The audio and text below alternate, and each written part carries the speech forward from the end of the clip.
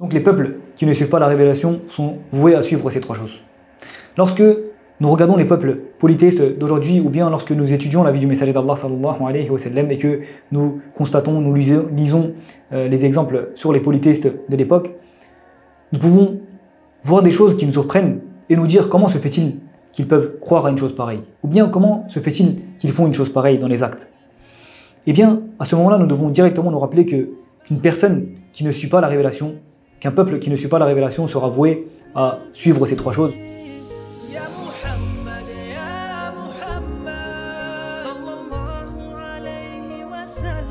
Bismillah, alhamdulillah, wa salatu wa salamu ala rasulillah, amma ba'd, assalamu alaikum wa rahmatullah. Chers frères, chères sœurs, après avoir passé un mois béni de Ramadan, nous revoilà à parler de la vie du messager d'Allah sallallahu alayhi wa sallam. Rappelez-vous, dans nos précédents rappels, nous avions parlé des différentes sortes d'idoles et des différentes sortes d'adorations que les polythéistes mécois vouaient à ces idoles. Aujourd'hui, par la permission de notre Seigneur Tabaraka wa Ta'ala, nous allons essayer de parler des différentes croyances, des différentes pratiques erronées des polythéistes mécois. Pour faire la distinction, dans nos précédents rappels, nous avions parlé des idoles et des adorations que les polythéistes mécois leur vouaient. Et aujourd'hui, nous allons parler des pratiques quotidiennes qu'avaient les polythéistes mécois avant la venue du messager d'Allah, sallallahu alayhi wa sallam, afin de mieux connaître les interlocuteurs de l'invitation, de l'appel du messager d'Allah, sallallahu alayhi wa sallam. Tout d'abord, parlons d'un point qui est très important. Pour bien comprendre les curiosités qu'il y a dans les croyances et les pratiques des polythéistes en général, il faut bien comprendre un point sur lequel Allah Tabaraka wa Ta'ala attire l'attention dans le Coran. En effet, la raison principale qui pousse les peuples à associer Allah Tabaraka wa Ta'ala, à donner des associés à notre Seigneur exalté soit-il, est la perte de la sensibilité face aux sources d'information. D'où vient cette information? Qui nous a poussé à faire cela? Qui nous a demandé de faire cela? Lorsqu'ils perdent cette sensibilité, eh bien, les peuples commencent à associer Allah Tabaraka wa Ta'ala et à tomber dans des mauvais chemins. Mes frères et sœurs, les peuples qui ne suivent pas, qui ne tirent pas leur source de la révélation, c'est-à-dire du Coran et de la Sunna, commencent à suivre ces trois types d'informations. La première, les conjectures et les suppositions. La deuxième, les absurdités et les contradictions. Et la troisième, les passions et les désirs de leurs âmes. Si un peuple vit et effectue des adorations selon les bonnes sources d'information que sont le Coran et la Sunna, eh bien ce peuple-là sera bien guidé et aura de la clairvoyance. Mais si un peuple commence à donner des associés à Allah Tabaraka wa Ta'ala et à diviser, à dénaturer toute chose, eh bien il commencera à perdre la notion de source des informations. Et que se passe-t-il lorsqu'un peuple commence à perdre cette notion de source d'information? Eh bien Allah subhanahu wa ta'ala dit « In yattabi'una illa dhanna wa in hum illa yakhrusun » Ils ne font que suivre la conjecture et ils ne font que fabriquer des mensonges. Dans un autre verset semblable au premier, Allah subhanahu wa ta'ala dit « In yattabi'una illa dhanna wa ma tahwa al-anfus » Ils ne font que suivre la conjecture et les passions de leurs âmes. Donc les peuples qui ne suivent pas la révélation sont voués à suivre ces trois choses. Lorsque nous regardons les peuples polythéistes d'aujourd'hui, ou bien lorsque nous étudions la vie du messager d'Allah sallallahu alayhi wa sallam et que nous constatons, nous lisons les exemples sur les polythéistes de l'époque, nous pouvons voir des choses qui nous surprennent et nous dire comment se fait-il qu'ils peuvent croire à une chose pareille, ou bien comment se fait-il qu'ils font une chose pareille dans les actes. Eh bien, à ce moment-là, nous devons directement nous rappeler qu'une personne qui ne suit pas la révélation, qu'un peuple qui ne suit pas la révélation sera voué à suivre ces trois choses. C'est-à-dire qu'il va soit suivre les conjectures et les suppositions, soit il va suivre les absurdités et les contradictions, ou bien il va suivre ses passions et les désirs de son âme. Étant donné que les polythéistes mécois se sont détournés des enseignements d'Ibrahim et d'Ismaïl, que la paix soit sur eux, et bien Allah subhanahu wa ta'ala les a éprouvés de cette façon-là, et les pratiques que nous allons voir par la suite ont vu le jour. Donc voyons ensemble les détails des pratiques des polythéistes mécois de l'époque. Premièrement, les polythéistes mécois de l'époque consultaient leur sort au moyen des flèches divinatoires.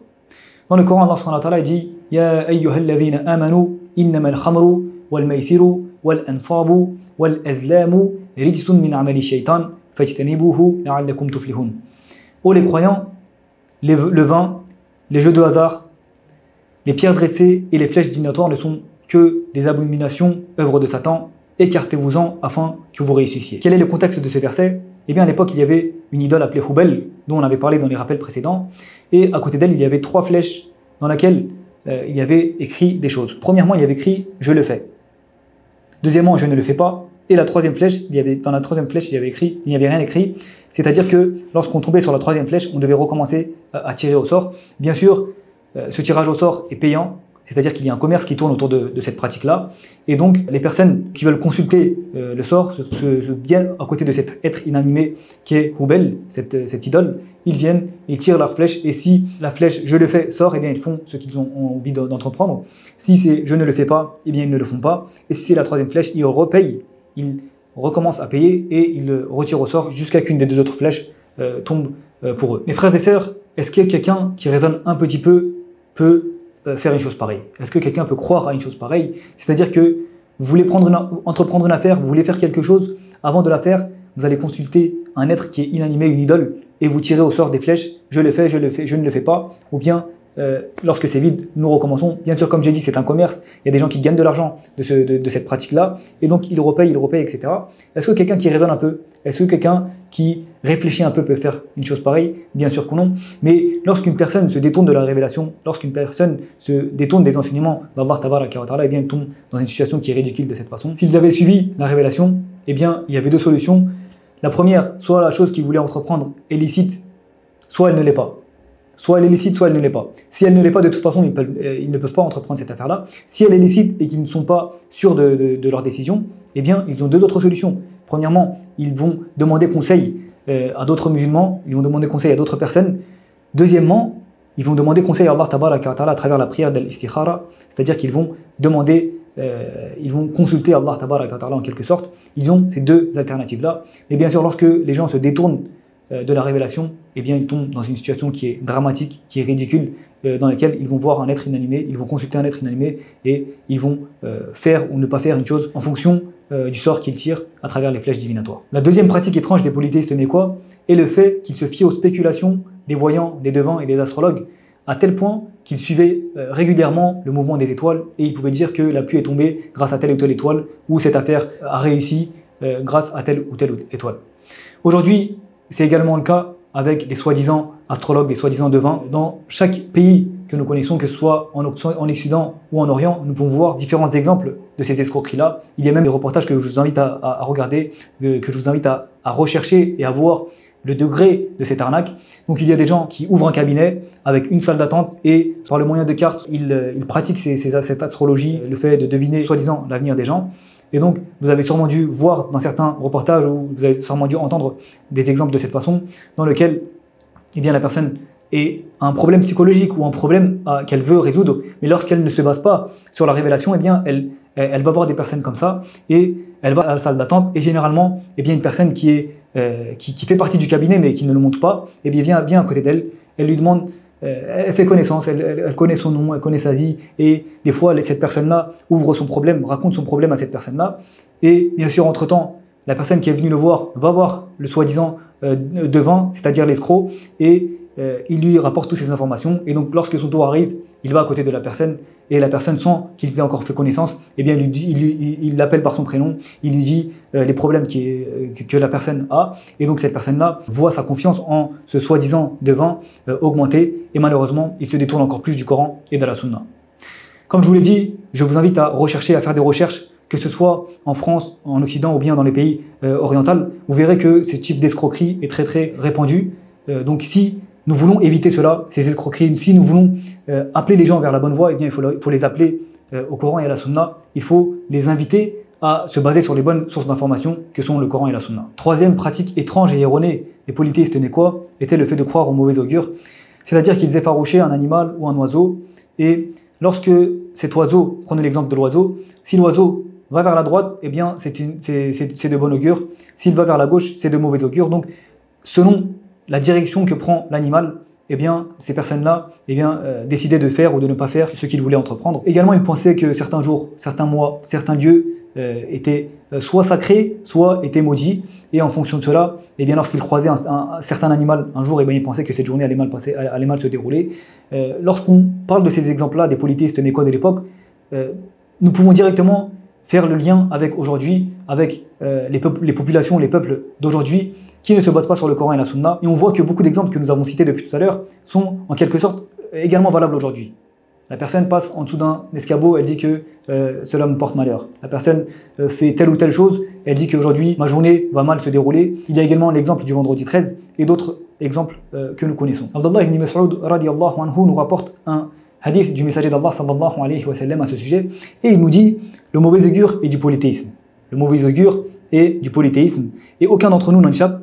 Toutefois, Allah fait disparaître cela lorsqu'on s'en remet à lui, avec ce qu'on appelle tawakkul, c'est-à-dire s'en remettre à Allah tabaraka wa ta'ala.